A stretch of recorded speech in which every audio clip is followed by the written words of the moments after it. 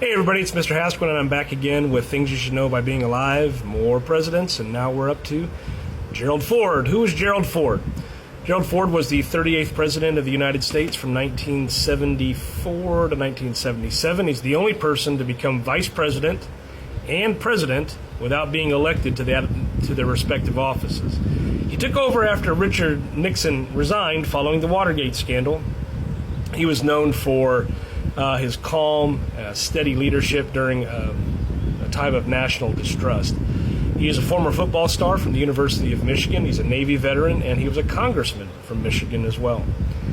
But he may be better known just for being the accidental president. Nixon's original vice president, Spiro Agnew, resigned in 1973. It was under a cloud of some financial scandal. Ford was appointed VP under the 25th Amendment. When Nixon resigned in 1974, Ford becomes president. He famously said, our long national nightmare is over. His presidency was focused on 1, healing, and 2, stability. But just 1 month into office, Ford pardons Richard Nixon for any crimes related to Watergate, and that was a very controversial pardon. Ford believed that the country needed to move forward, but the decision was hugely unpopular. Even with Nixon, Nixon wanted to have his day in court. He thought that he was within his right. He was in the right, and should have had the chance to bring that out in the courtroom. This likely cost Ford re-election in 1976. He's later praised by some historians for prioritizing national unity over politics. As far as some of the domestic challenges that Ford faced when he was president, he was faced with a troubled economy. There's inflation, unemployment, and then a recession. He introduced these win buttons, whip inflation now, and that was just a campaign that just flopped.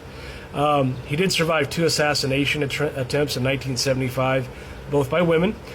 He clashed with a Democrat-controlled Congress, which limited a great deal of his initiatives, vetoed dozens of bills, and many of those bills were later overridden by Congress.